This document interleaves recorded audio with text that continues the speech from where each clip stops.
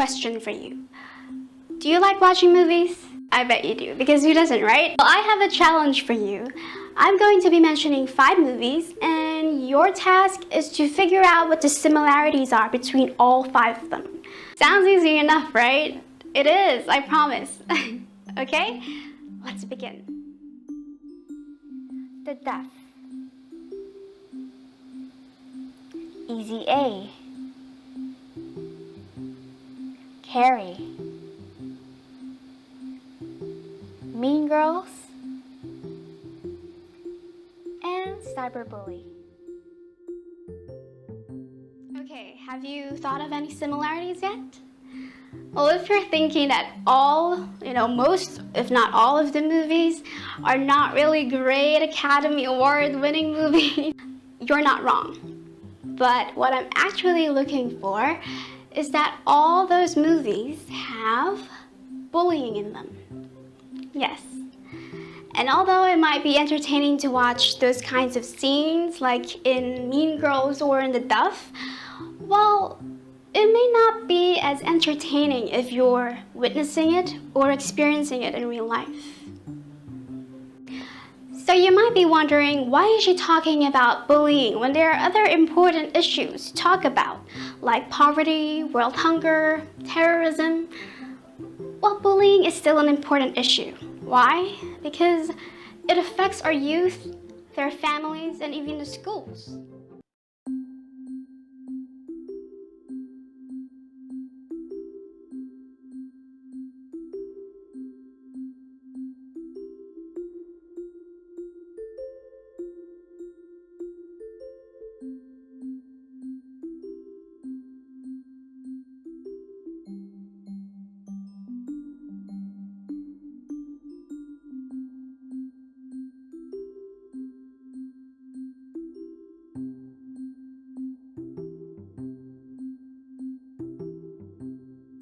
Just here in the Philippines, in 2014, 6,363 cases of bullying was recorded, which was a 21% increase from 2013.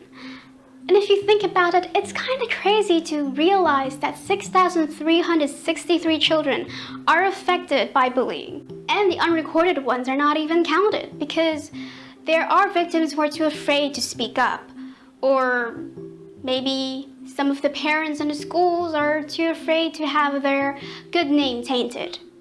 But nonetheless, bullying is an important issue.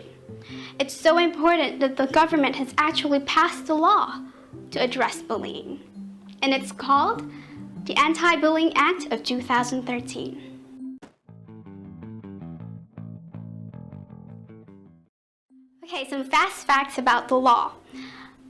7 representatives prepared and submitted it.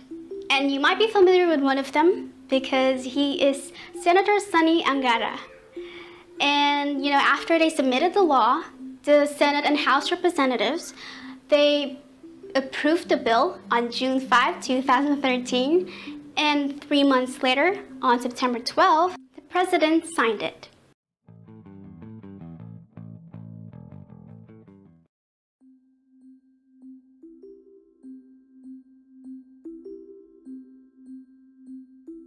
So now that we've defined bullying, let's go to the examples that was given in the law. So there were 4 examples that were given, and one of them is unwanted physical contact between the bully and the victim. The second one was any actions that can damage the mental state or the emotional well-being of the victim.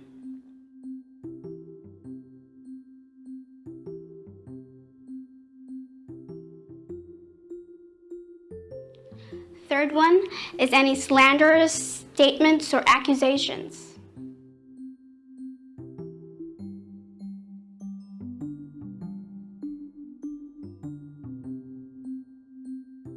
And finally, cyberbullying.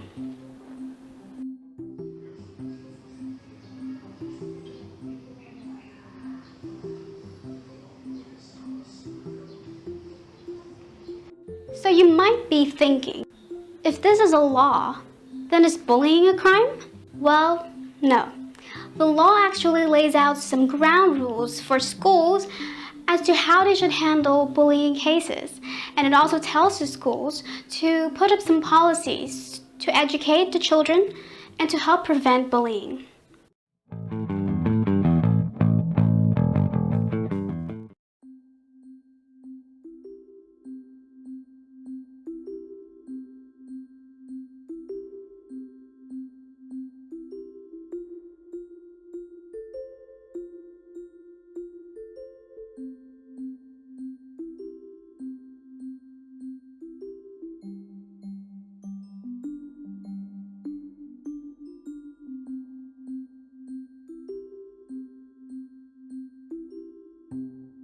Okay, it's time to show you some extra juicy information about bullying and the Anti-Bullying Act. So stay glued to your seats and to the screen.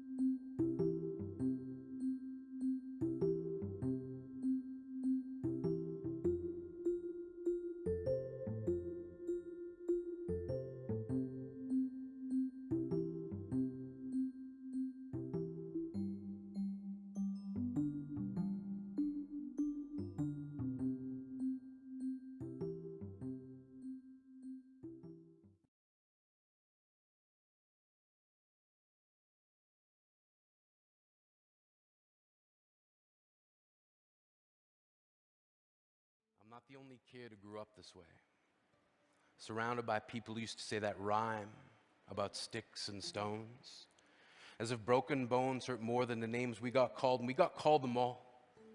So we grew up believing no one would ever fall in love with us, that we'd be lonely forever, that we'd never meet someone to make us feel like the sun was something they built for us in their tool shed. So broken heartstrings bled the blues, and we tried to empty ourselves so we'd feel nothing. Don't tell me that hurts less than a broken bone.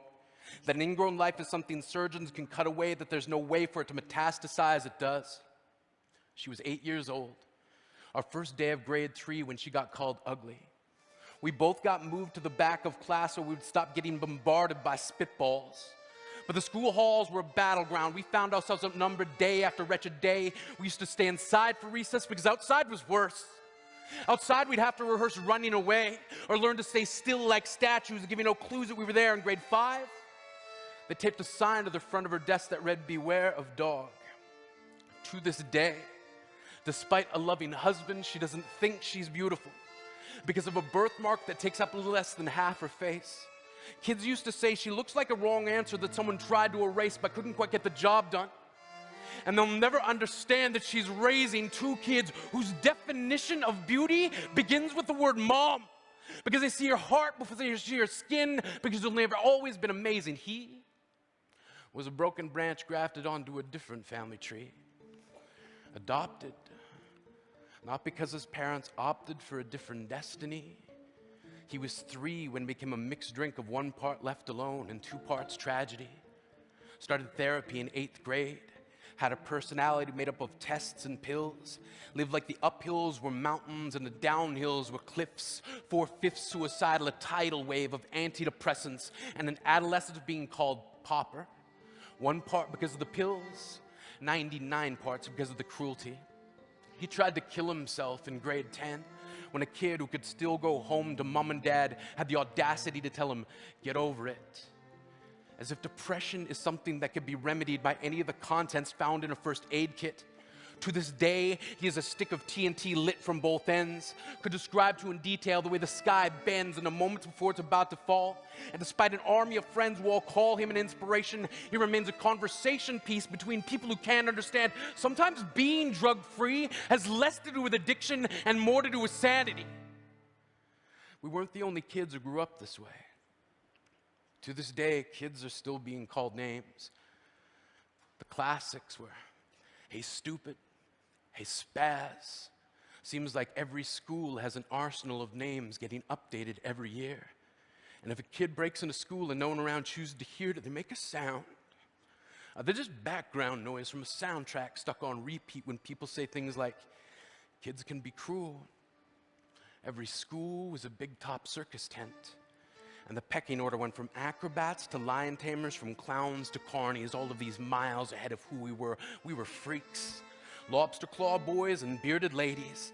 Oddities, juggling depression and loneliness, playing solitaire, spin the bottle, trying to kiss the wounded parts of ourselves and heal. But at night, while the others slept, we kept walking the tightrope. It was practice, and yes, some of us fell. But I want to tell them that all of this is just debris left over when we finally decide to smash all the things we thought we used to be. And if you can't see anything beautiful about yourself, get a better mirror, look a little closer, stare a little longer, because there's something inside you that made you keep trying despite everyone who told you to quit. You built a cast around your broken heart and signed it yourself. You signed it, they were wrong, because maybe you didn't belong to a group or a clique. Maybe they decided to pick you last for basketball or everything.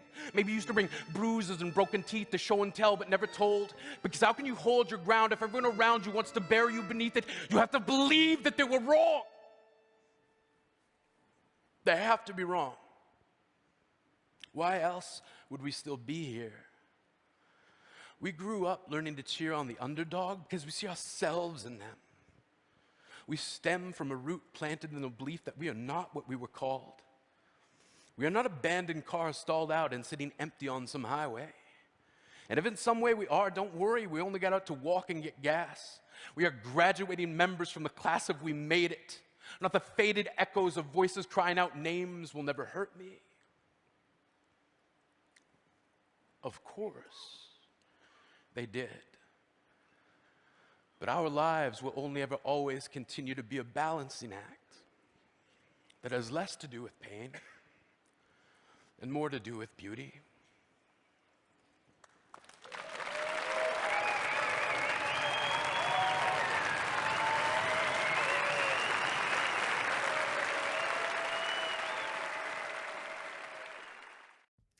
Hi guys, this is Anne. I hope you learned a thing or two from the video. I know it's a bit long and it's not exactly a BuzzFeed video. It's actually for a multimedia studies project, but thank you so much for watching it. I hope you enjoyed it. Shout out to my brothers. Thank you so much for helping me out, dudes. You're still with me right this minute. You are absolutely wonderful. I really appreciate it. Thank you so much. So once again, thank you for watching, and please have a good day. Peace out.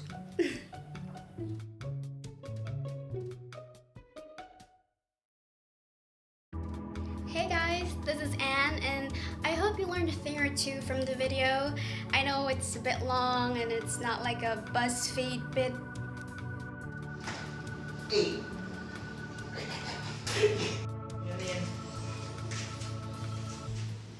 Bye.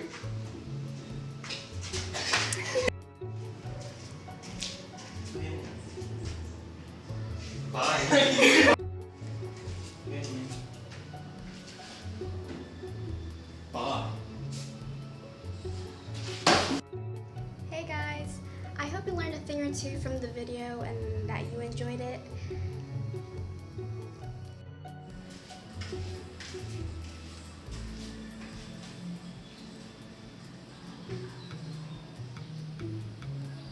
Big nose.